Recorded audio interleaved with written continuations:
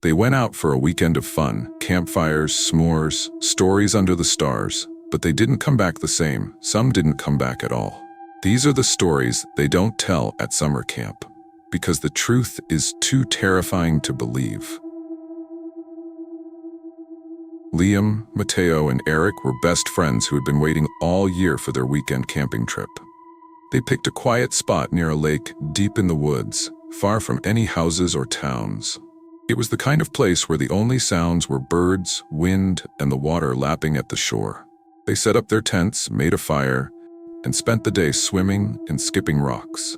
Everything felt perfect.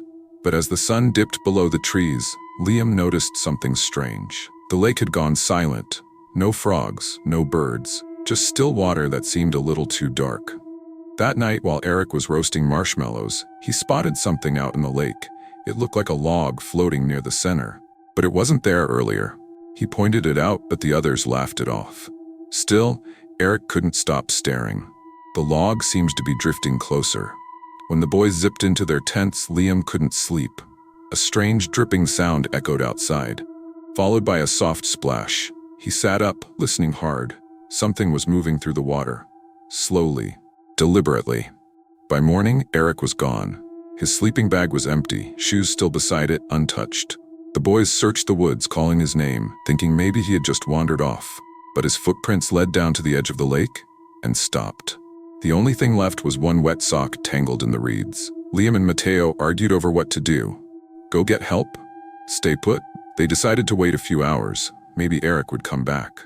But by afternoon, the lake began to change. The water, once calm and clear, had turned thick and green, almost like it was rotting. A terrible smell rolled off it. Fish floated belly up near the shore, and bubbles popped on the surface like the lake itself was breathing. That night, Mateo refused to sleep.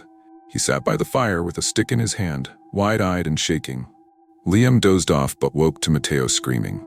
The lake was glowing. A pale green light shimmered under the water, like something huge was swimming just below the surface. Then something rose. It was not a fish, not a person. It had too many arms, long, slimy arms that reached onto land. Liam ran. He didn't look back. He tripped through the forest, branches slapping his face, not stopping until he found a dirt road. A passing truck picked him up, and he never returned to the lake again. The rangers searched the site. They found the tents, the fire pit, but not Mateo. And the lake? It was gone. Drained dry overnight, leaving only cracked mud, bones, and one marshmallow, still on a stick. Nora's family loved camping. Her mom, dad, and little brother Dylan went every summer. This year they picked a new place, Whistler Pines. It had good reviews online, but when they arrived, something felt wrong. Every campsite was empty. The ranger station was closed, the windows dusty, and the map out front was sun-bleached and unreadable. But the place looked safe. Benches, fire pits, trails. Still, they didn't see a single person. Nora's mom laughed it off, saying they had the whole place to themselves.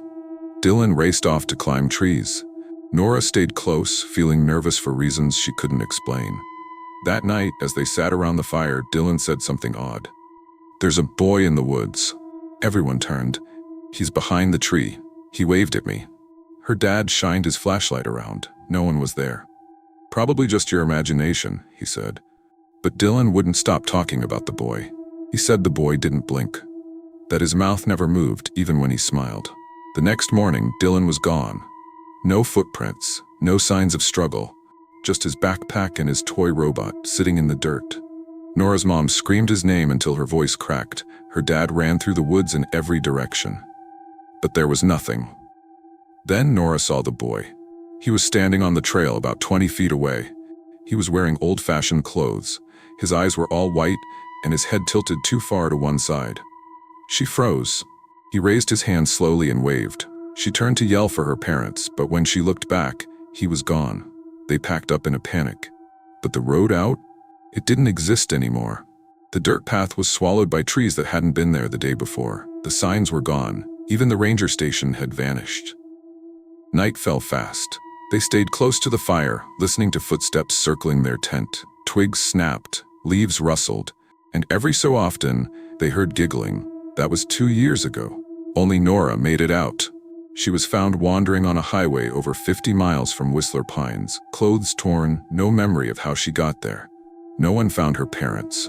The campground no longer appears on maps, and sometimes in her dreams, Dylan still waves from behind a tree, with white eyes and a smile that doesn't move. Logan was on a group camping trip with his school. 20 kids, 3 teachers, and a forest full of nature hikes. It was supposed to be a fun weekend, but something changed after the first night. A new tent appeared. It was gray and dusty, tucked between 2 trees. No one remembered seeing it before, and none of the students claimed it. The teachers thought it must have belonged to another group. But Logan noticed something strange. Whenever someone got too close, they got sick. Headaches, nausea, bloody noses. One girl fainted. That night, Logan couldn't sleep. He saw a light flicker inside the strange tent. Then a shadow. Someone or something was inside. He told his teacher, but she brushed it off. Probably just animals, she said. The next morning, one of the boys, Andre, was missing. They searched the woods. Then Logan checked the tent. The flap was closed. Carefully, he unzipped it, empty. But in the middle of the floor was Andre's wristwatch, still ticking. The teachers reported it to the rangers, but help wouldn't arrive for another day. That night, Logan kept watch. Around 2 a.m., he saw another light inside the tent. This time, the shadow was taller, broader. And when it moved, the tent pulsed like it was breathing. Logan tried to warn everyone, but no one listened. By morning, 2 more students were gone. Their shoes were found beside the gray tent. Then it vanished. No one saw it disappear. It was just gone. When the rangers arrived, only 8 kids were left. All of them had nosebleeds. All of them refused to speak about what happened. Logan was the last to leave. He glanced back one more time. The tent was there again, sitting quietly, waiting. Casey's scout troop had been camping in the woods for 3 days. It was a big group, 12 kids and 2 adults. Every night they told ghost stories by the campfire, roasting marshmallows and daring each other not to flinch. But on the 3rd night, something strange happened. When it was time to put out the fire, the flames didn't go out. One of the adults tossed water on the logs, but instead of hissing and smoking, the fire grew taller. The red flames turned blue, then green, swirling like it was alive. The kids stared, thinking it was some kind of prank or magic trick. Then the fire whispered a name. Casey's name. No one believed her at first. They told her it was just the wind. But she heard it again. The fire crackled, and deep in the flames, a voice said, "Casey." She backed away, heart pounding. The adults tried again to put it out. More water, more dirt. Nothing worked. One of the leaders, Mr. Jensen, got too close and screamed. His hand blistered even though he never touched the fire. It burned hotter than anything he'd ever felt. They decided to move camp. But when they woke up the next morning, the fire was back. Same spot, same shape, still burning. They packed up and left, hiking 10 miles to a clearing near the river. That night, they lit a small fire for warmth, just a few sticks. But within minutes, it burst into blue flames and whispered again, "Casey." That night, she couldn't sleep. She kept her flashlight in hand, staring at the glowing flames from her tent. Around midnight, she heard laughter outside. Not from the other kids. It was wrong, slow, deep, and echoing. Casey peeked outside and saw something sitting by the fire. It looked like a person made of ash and sparks, arms too long, head tilted back like it was laughing without a face. By morning, Casey was gone. Her sleeping bag was empty, flashlight still on. The only thing left behind was a trail of black ash leading back to the fire pit. They hiked to the road and never returned to that forest again. A month later, her troop leader passed by the same spot during a hike. The fire was still there, burning green and blue, and if you stood close enough, you could hear someone calling from inside, still whispering, "Casey." Tyler's parents sent him to a week-long summer camp deep in the woods. It was called Camp Echo. He wasn't excited, but the brochures promised swimming, crafts, and hiking. Plus, his friend Zach was going too. But when they arrived, something felt off. The cabins were old and leaning. The counselors barely spoke. No phones were allowed, and there was no signal anyway. Tyler figured it was just a nature vibe thing. But on the second day, Zach whispered something strange. "There's another camp." Tyler frowned. "What do you mean?" "At night, I see lights. past the trees, people moving, but they don't come here. That night, Tyler stayed awake.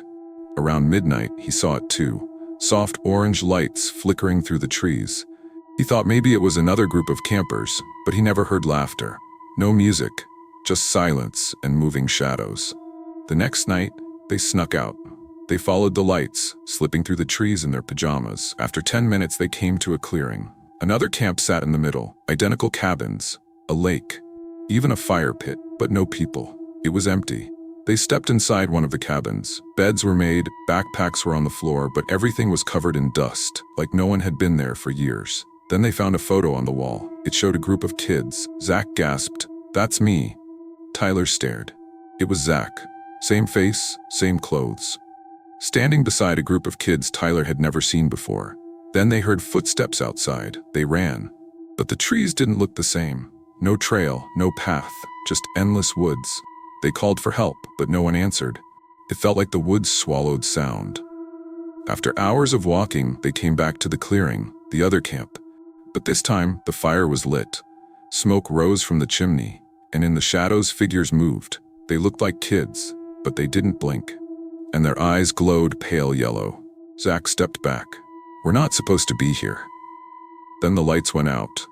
Tyler woke up alone, in the real camp. Everyone said Zach had never arrived. There was no record of him, no bunk, no name tag. No one believed Tyler.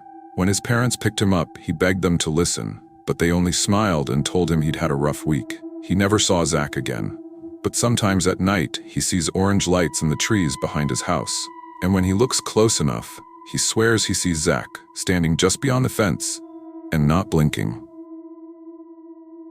Sometimes it's not what you see in the woods that's scary. It's what doesn't make sense. A lake that disappears, a campground that vanishes, a tent that moves on its own. So the next time you head into the forest, listen closely. Watch the trees. And never ever ignore what feels wrong. Because the woods remember, and some campers never leave.